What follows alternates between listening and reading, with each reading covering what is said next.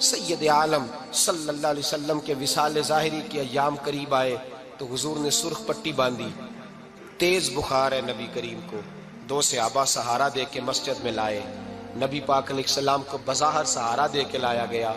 کریم رسول نے لوگوں کو جمع کیا، حضور آج کیا ہونے والا ہے، آج کیا کہا جائے گا، آج کس لیے میٹنگ بلائی ہے؟ نبی کریم کے کل صحابہ جب مسجد میں جمع ہوئے تو کھچا کھچ مسجد بھری ہے۔ وصال ظاہری سے چند یوم پہلے کی بات، نبی پاک نے فرمایا آج تمہیں کوئی جہاد کی ترغیب نہیں دینی، آج کوئی نیا پیغام نہیں دینا، آج تمہیں بتانا ہے کہ رب نے اپنے بندے کو اختیار دیا ہے، چاہے تو دنیا میں رہے، چاہے تو اس کی بارگاہ میں حاضر ہو جائے۔ اس عبد نے بارگاہ ربوبیت کی طرف لوٹنے کا ارادہ کر لیا ہے۔ حضرت صدیق اکبر رونے لگے تو صحابہ نے کہا تمہیں کیا ہوا؟ کہنے لگے سمجھ نہیں رہے، کسی کی بات نہیں کر رہے، نبی پاک تو اپنی بات فرما رہے ہیں، اس نے جانے کا ارادہ کر لیا۔ سنیے میرے بھائی، محبوب پاک نے فرمایا بھائی کسی شخص کو میری طرف سے کوئی تکلیف پہنچی ہو تو بدلہ لے سکتا ہے، بدلہ لے سکتا ہے، کسی کو تکلیف پہنچی ہو۔ صحابہ پھوٹ کے رونے لگے، محبوبہ کرم ہی کرم ہوا ہے، رحمت ہی رحمت آئی، آپ کے بارے میں گمان کرنے والا بھی دائرہ ایمان سے نکل جائے۔ حضور آپ کیا فرما رہے ہیں؟ فرمایا نہیں بھائی اٹھو۔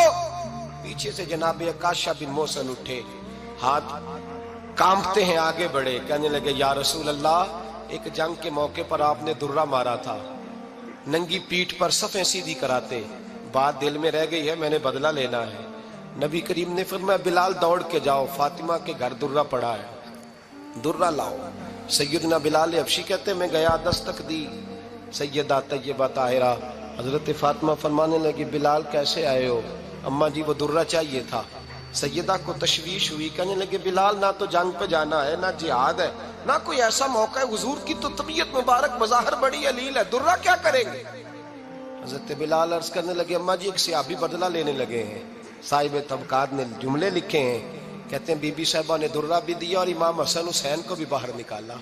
فرمانے لگی عکاشہ سے کہنا 100 درے مارے، ان دو شہزادوں کے جسم پر نبی پاک کے قریب نہ جائے، میں نے 2 بچے پیدا ہی اپنے محبوب پر قربان کرنے کے لیے کیے، ان کو لے جائے۔ حضرت بلال کہتے میں 2 شہزادے لے کے آیا، اور جب دروازے میں میں لے کے پہنچا تو نبی پاک نے دیکھا تو آنکھوں میں آنسو آ گئے، فرمایا ان کو بٹھا دو، مجھے پتا ہے فاطمہ نے کیا کہہ کے بھیجا ہے۔ حضرت سیدنا بلال فرماتے ہیں درہ میں نے جناب عکاشہ کو دیا، حضرت عکاشہ درہ لے کے آگے جو بڑھے تو حضرت ابوبکر صدیق نے ان کے پیروں پہ ہاتھ رکھا، فرمایا عکاشہ میری طرف آ یار، مجھے مار درے، نبی پاک کے قریب نہ جا۔ مصطفیٰ کریم نے فرمایا ابوبکر تو ہٹ جا، اسے آنے دے۔ فرماتے ہیں میں چند قدم آگے گیا تو مولا علی شیر خدا نے میرے پیر پہ ہاتھ رکھا، کہنے لگے عکاشہ سوچ تو صحیح تو کیا کر رہا ہے؟ حضور نے فرمایا علی ہٹ جاؤ، میرا اور ان کا معاملہ ہے۔ جناب عکاشہ آگے بڑھ رہے، نبی کریم نے فرمایا میں اپنی امت کو درس دینا چاہتا ہوں، خبردار خبردار زندگی میں تمہارے ہاتھ سے زبان سے کسی کو تکلیف نہ پہنچنے پائے، خبردار یاد رکھنا وہ معاشرے بگڑ جاتے ہیں، وہ معاشرے تباہ کر دیے جاتے ہیں جہاں ظلم ہوتا ہے، جہاں زیادتی ہوتی ہے، جہاں لوگوں کو ستایا جاتا ہے۔ محبوب کریم کے قریب آئے حضرت عکاشہ کہ حضور میری پیٹھ ننگی تھی، آپ بھی ذرا کپڑا ہٹائیے۔ نبی کریم نے پیٹھ سے کپڑا ہٹایا، جناب عکاشہ نے درہ جو اٹھایا تو صحابہ کی چیخیں نکلی، حضرت عکاشہ نے درہ دور پھینکا، حضور کے بطن اطہر سے لپٹ گئے، چومنے لگے، کہنے لگے حضور وہ تو صفیں سیدھی کراتے لگ گیا تھا، آپ نے کہاں مارا تھا؟ یا رسول اللہ میں تو بہانہ بنا رہا تھا کہ جاتی دفعہ مجھے وجود چومنے کا موقع نصیب ہو جائے، مجھے یہ موقع نصیب ہو جائے۔ میرے حبیب نے فرمایا جس نے جنتی دیکھنا ہو میرے عکاشہ کی زیارت کر لے۔ بھائی ظلم کا دروازہ کھلا ہوا ہے اور لوگ بھول جاتے ہیں زیادتی کرتے ہوئے، وہ بہو سے ہی کیوں نہ کریں، وہ اپنے گھر کے بھول جاتے ہیں کہ شاید پوچھنے والا کوئی نہیں، شاید میزان نہیں لگے گا۔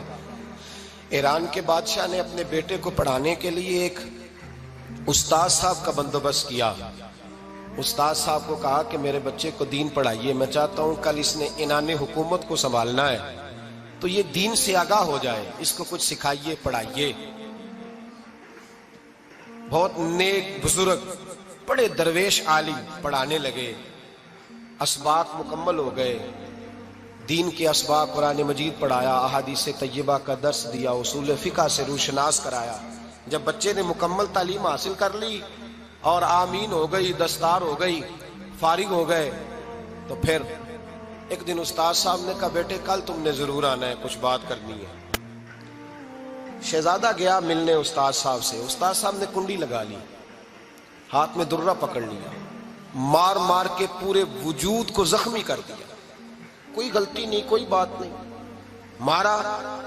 اب بچہ آیا آ کے بادشاہ سلامت سے کہا کہ ابا جی سمجھ نہیں آئی، بڑا مارا ہے استاد۔ تو سیانے تھے نا بادشاہ، یہاں تو قاری صاحب روز کٹہرے میں کھڑے ہوتے ہیں، مولوی صاحب آپ نے میرے بچے کو کیوں مارا ہے؟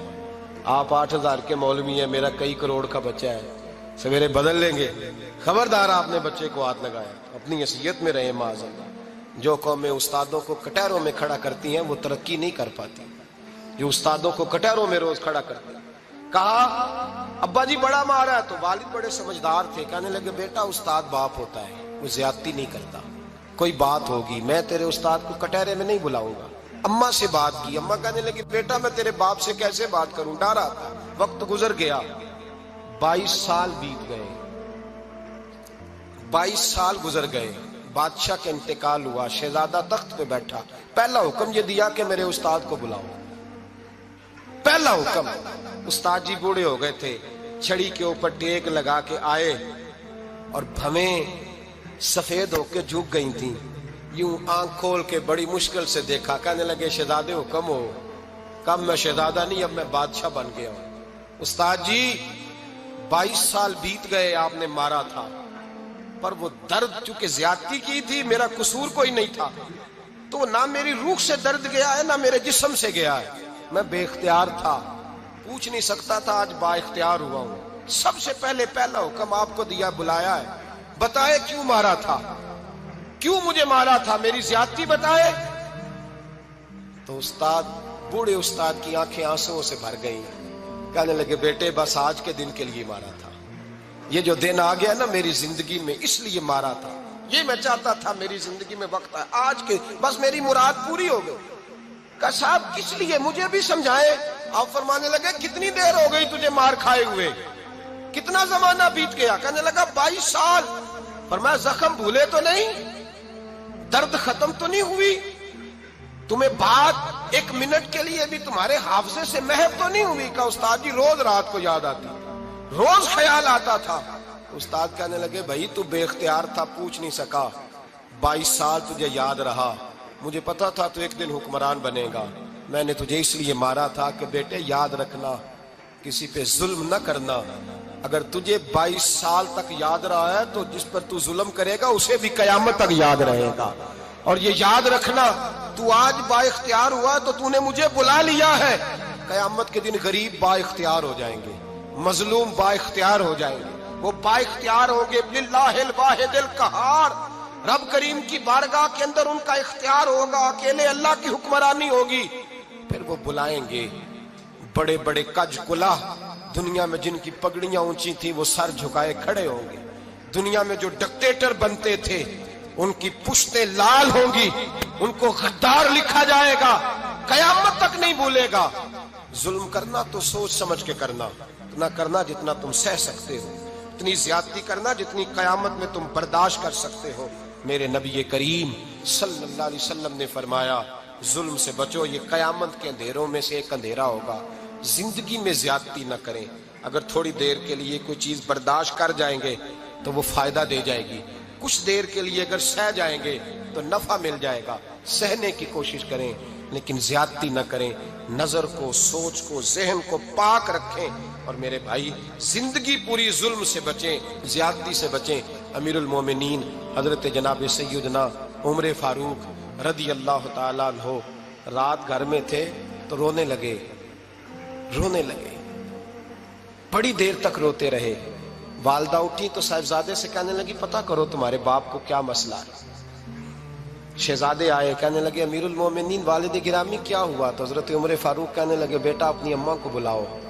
والدہ آ گئی، کیا بات ہے، کچھ طبیعت خراب ہے تو حکیم کا بندوبست کیا جائے۔ تو حضرت عمر کہنے لگے کچھ بھی نہیں، آج مسجد سے نکلا ہوں تو نبی پاک کے صحابہ میری تعریفیں کر رہے تھے۔